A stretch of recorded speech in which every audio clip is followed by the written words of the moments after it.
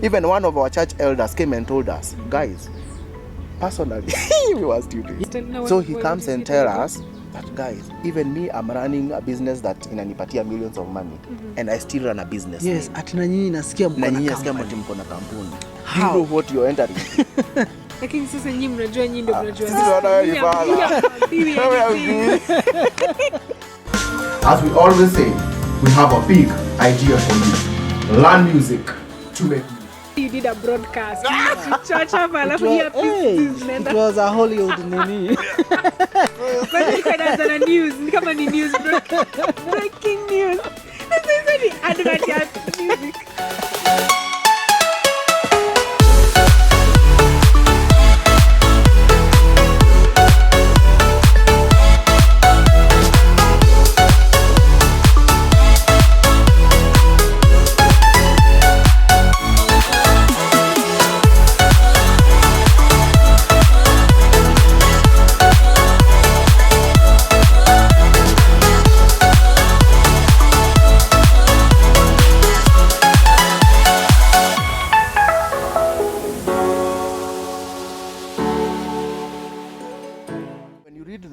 The book called The Richest Man in Babylon, it trains you how to protect the lean, the lean pass. So the lean pass, the principle of the lean pass is that you have to always make sure that your lean pass is becoming fat.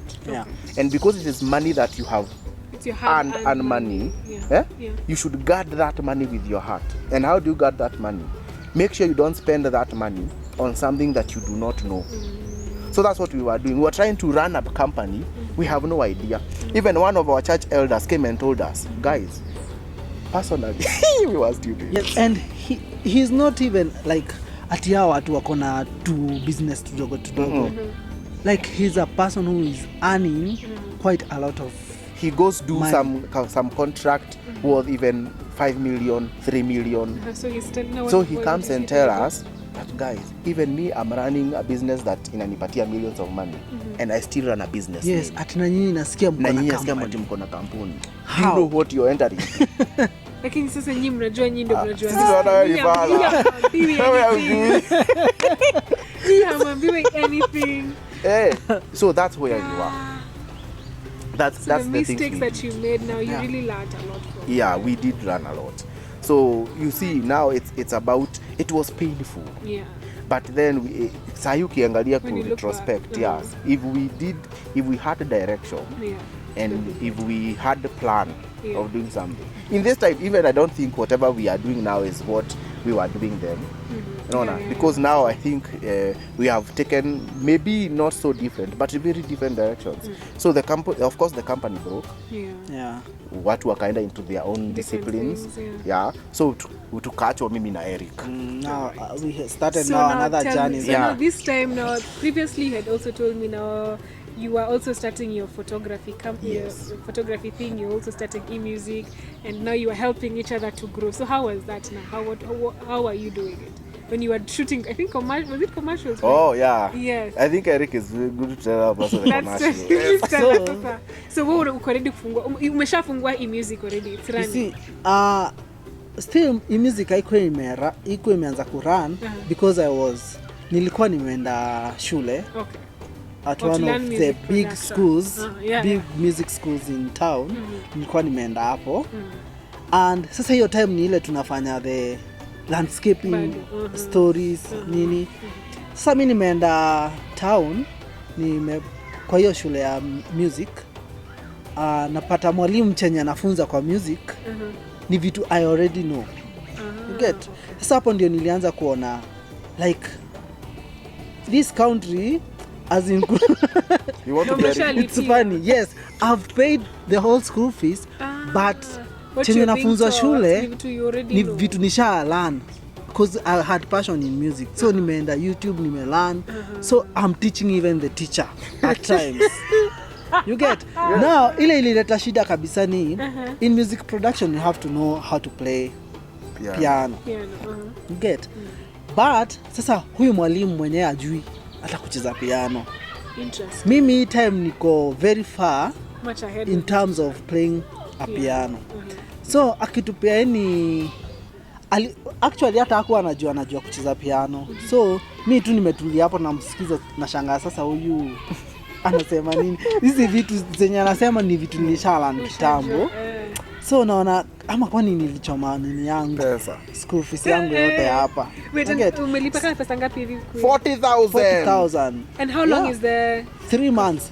It was to take me 3 months. And this is now the first week. And you can't get that money back. You can't. I think what you're telling me I already know. No, sasa mwalimu ametupea project. Nimepatana like all my classmates, hakuna hata mmoja anajua kucheza piano, hata hakuna mtu anajua penye unaanza kufinya. Na tumepewa project, sasa tutaanzia wapi? So I had one of my the classmate mwenye tuliweka na yeye, tulikuwa tunawekwa in groups kufanya projects. Right. So alikuwa anaitwa Cynthia, alikuwa anajua kuimba vocals poa sana. So tukaamua tufanye project. So ile project sasa tuliproduce it was like iko level ingine, hata mwalimu akashtuka. So akaniuliza yani unaweza cheza keyboard hivi? Kamwambia nime learn for a long time. Yes. So unajua now aliniambia, now what you shall be doing before tuanze classes every morning, utakuwa unakuja ali unanifunza na kulipa. Unafunza mwalimu wako? Like vizuri anakulipa. Yes, so nikaona that's awesome. So naenda ananilipa. You get? Na ananilipa 1,000 per lesson. Okay. Yes, and it is 1 hour. So naona wow. Okay. This is good. Nikaona hey, this is a good business opportunity. So nikaamua nifungue a school. So hapo ndio nilifungulia nao in music. So nikamwambia sasa instead mimi niendange kumfunza, hata by then niliacha kwenda lessons za music production. So nikamwambia instead I be going there, akuwa nakuja in my school. So that he was one of my first students kwa hiyo shule.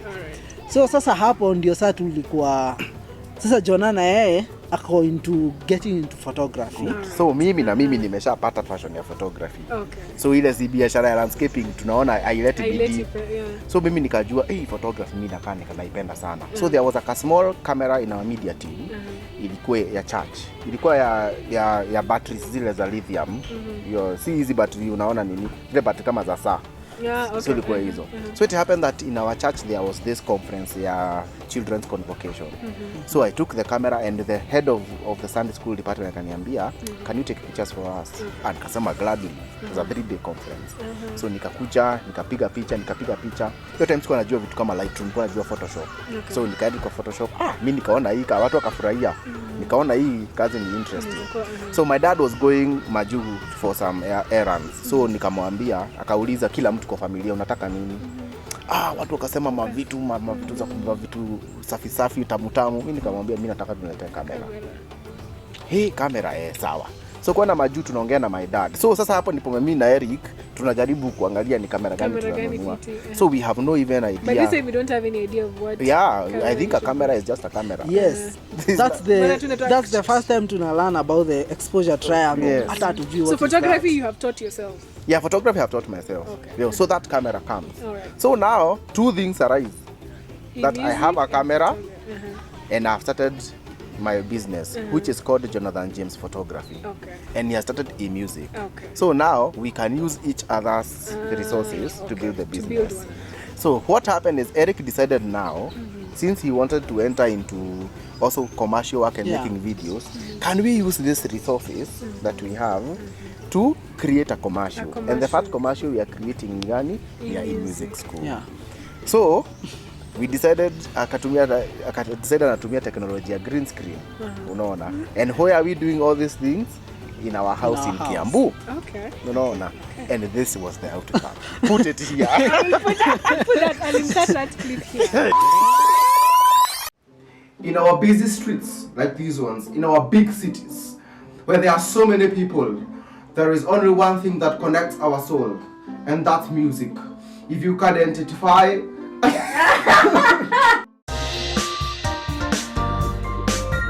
in our busy streets like these ones, in our big cities where there are so many people, there is only one thing that connects our soul, and that is music. If you identify a musical desire and talent in your child or even in yourself, it's always worthwhile to nurture it. In eMusic School, we offer that and much more. We have teachers who have undergone musical training and all certifications required. We are located at Ngara, opposite Fig Tree Market. Our contacts and email address are as below. As we always say, we have a big idea for you. Learn music to make music. You did a broadcast. It was a Hollywood nini. News breaking news. Advert music. Yeah. So Okay. that was what was happening. So now he at least akapata my Clients, students, and you were one of the students in that actually, music school. Yes, I was your maybe pioneer students. Yeah, you are my pioneer. And I've been student. both your students when you're starting your own Our business. Yes. Yeah. So that's now how it happened that now you took Kanini Shule, and we had that office in Ngara where you are teaching music, and now I remember the first time coming into the office, Eric gave me a form. It was serious. It was because he was in a suit. I will not forget what I was saying about character and personality. Yes. We wanted to seem to be. And I remember so I remember that you were in a black suit. Yes. And I came in Jaza form. I actually thought the first thing I thought is tapata class watu wameketi wanangojea mwalimu sasa ingia aanze. So mimi naingia nafikiri labda hii ni reception, sasa tunaenda class. Do I continue? So that's how wishful thinking works. In fact, the issue of faking it till you make it, that's how it works. That's how it is. You try paint a picture of what it's like to be, and this is who you're dealing with, but when it comes to the work itself, there is nothing. That's true. And it affected all of us. It affected me as a photographer, it affected him as a music student, and all those. Of course, that business did not go far, though it's still there. It's still there, but you see now he has gotten direction. I have gotten direction. We decided now to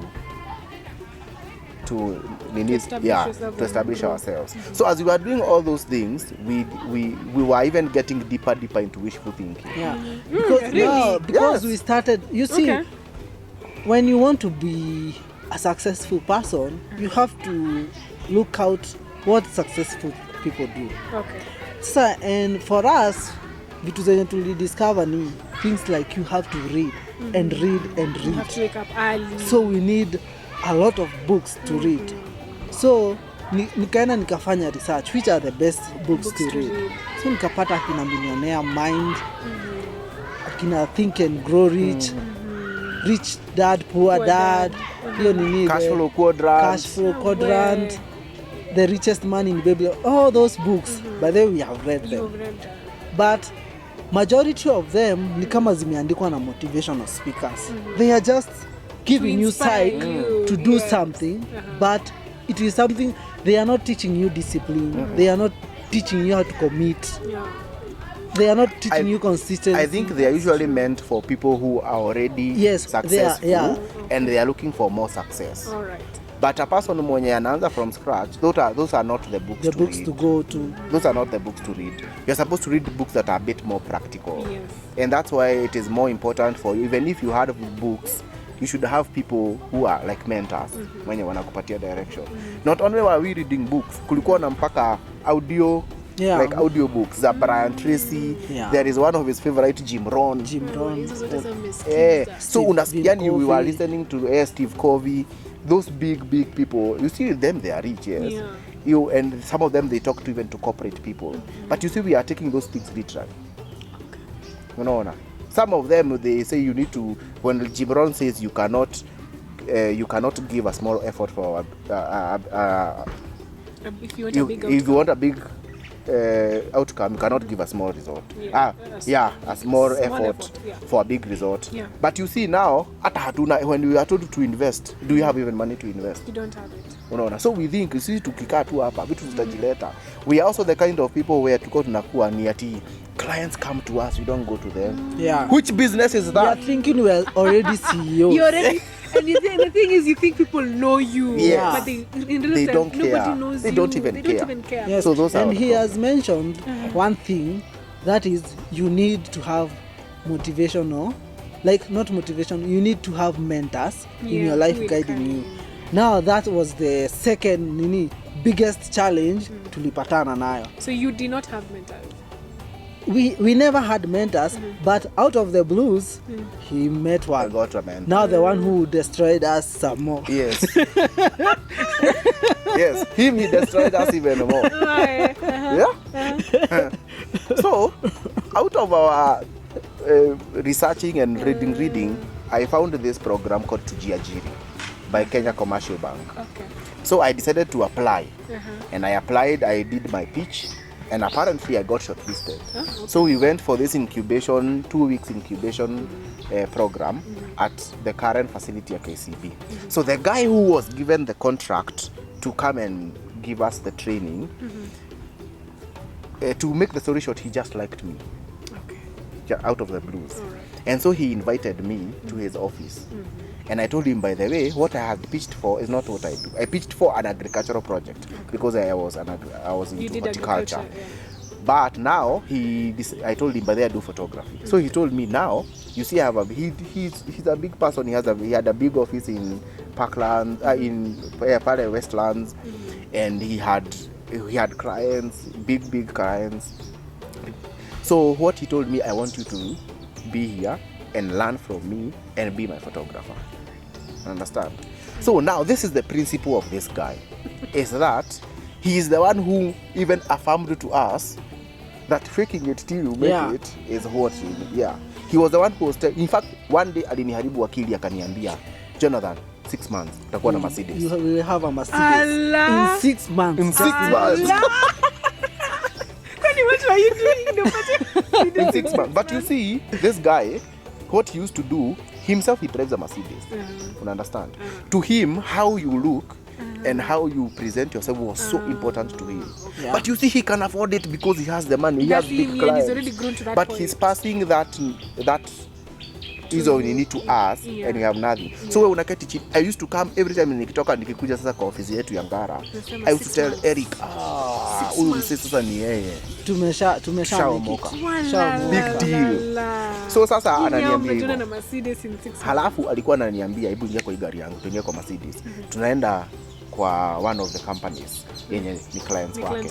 Anaingia, anakuja na check ya 2.5 million. Anasema sasa hii napeleka pale banki. Mimi nakwambia mtu kama huyu mwenye anakuja anafanya hivyo, utakosaje kuwa millionaire? Why not? I mean, you should be one. That's what happened. Yes. So he continued, nikafanyia photography na vitu kama hizo. Then I went to his class. So alianzia like a boot camp. He invited some other people, and in that class I was seated with people who run big businesses.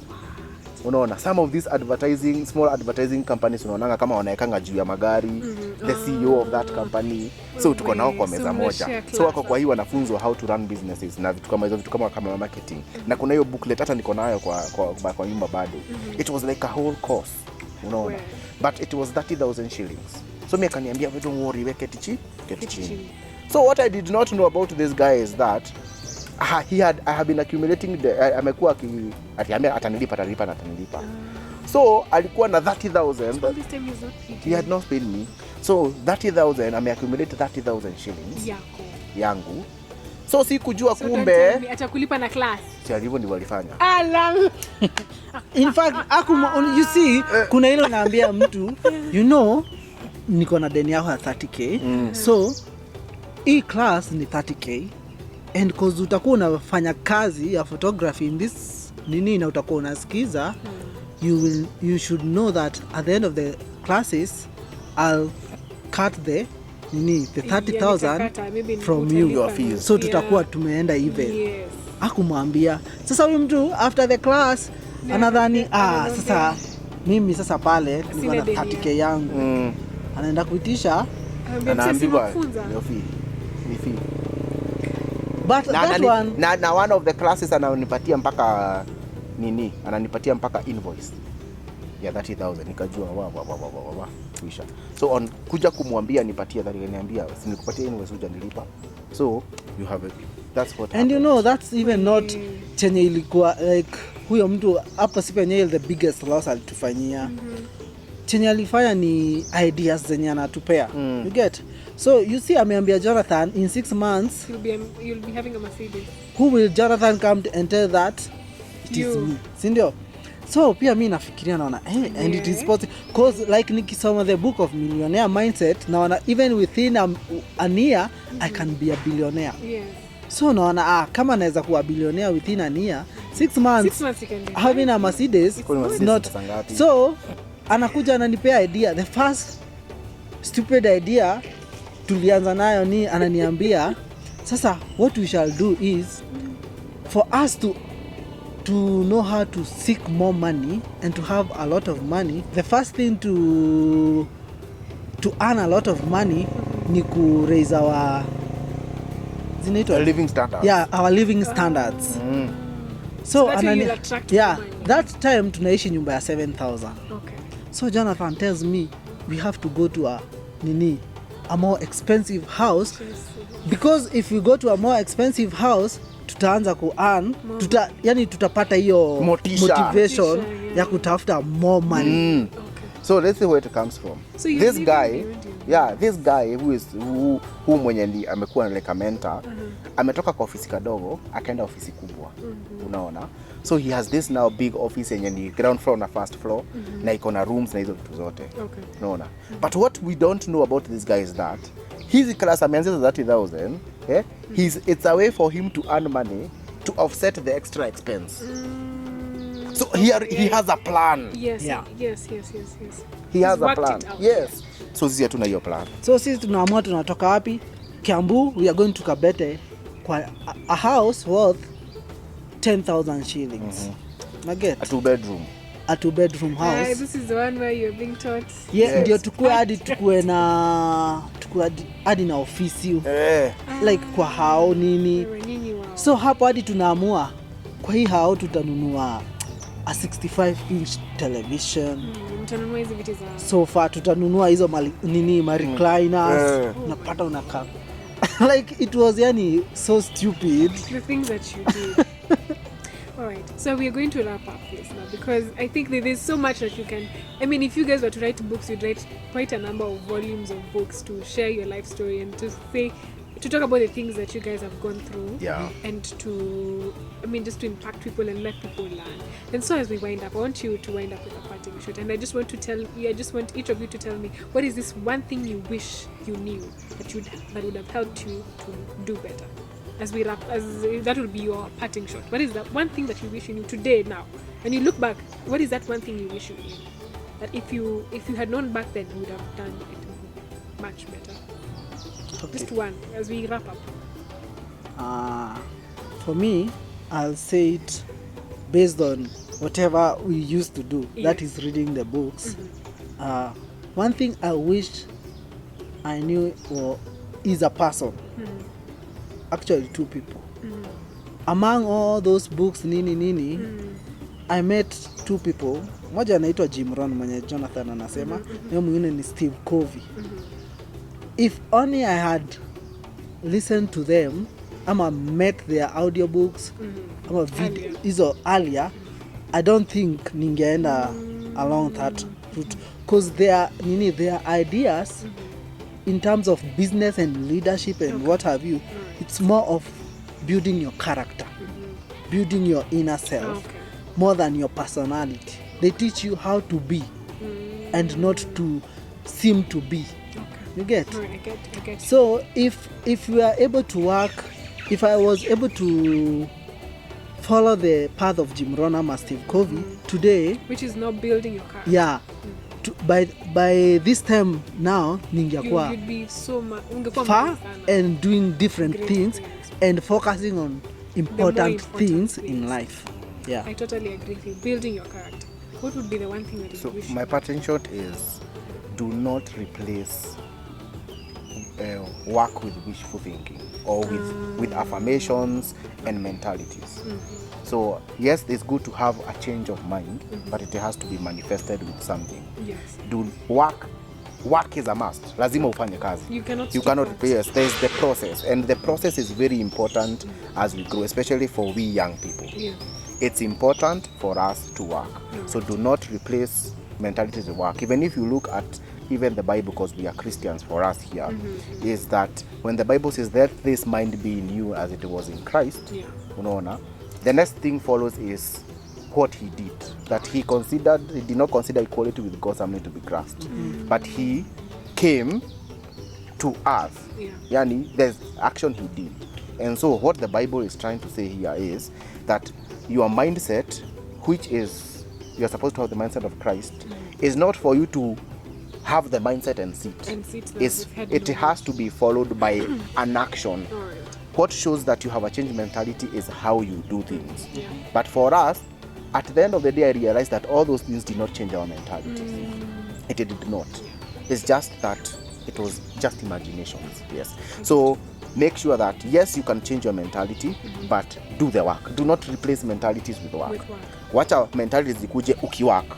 But do not affirm yourself, but still. Yes, do not affirm yourself and see to it that things will happen. They don't happen. It can't happen. Yes, even Christ himself to save, even God himself to save people, he did not just say, I will save. He sent his son. Yeah, so there is the working part. Do not need it. And young people, please let me just say this, baby. But young people, we need to be people who do not want shortcuts. Tusitake shortcuts.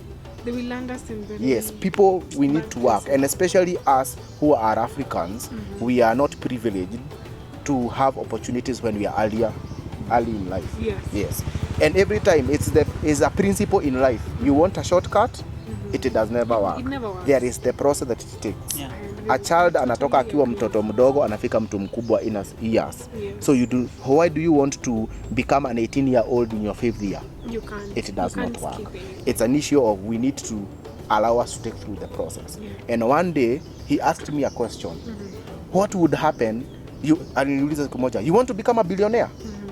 Nikamwambia, what if today I came and gave you a billion shillings? Are you not a billionaire? Then what? Then and what? How would you also actually? One billionaire said to me, I think it's Jim Rohn said that to me it's not about the billions. It's about the process it took me to get the billions. I can have the billion today, then you took a But because of what he has learned earning the billions, it will help him even have more. It will take even shorter the connections, the money, the principles I learned about money. It will help him raise another million very fast. Hata pesa ikipotea. Yes. That's the same principle Warren Buffett used, the same principle Donald Trump used. Warren Buffett gave his fortune, and now he's a billionaire again. Donald Trump lost. Robert Kiyosaki lost, and he gained again. Gained it back. Yeah, do you think it's about the money? No, it's about the process. So if we want to become this person, then we have to go through the process, because the process is the most important thing. That's what we are missing out. So no wishful thinking, go to work. Totally agree with you. And there's no shortcut to it. I think I've really enjoyed, and I've also really learned a lot.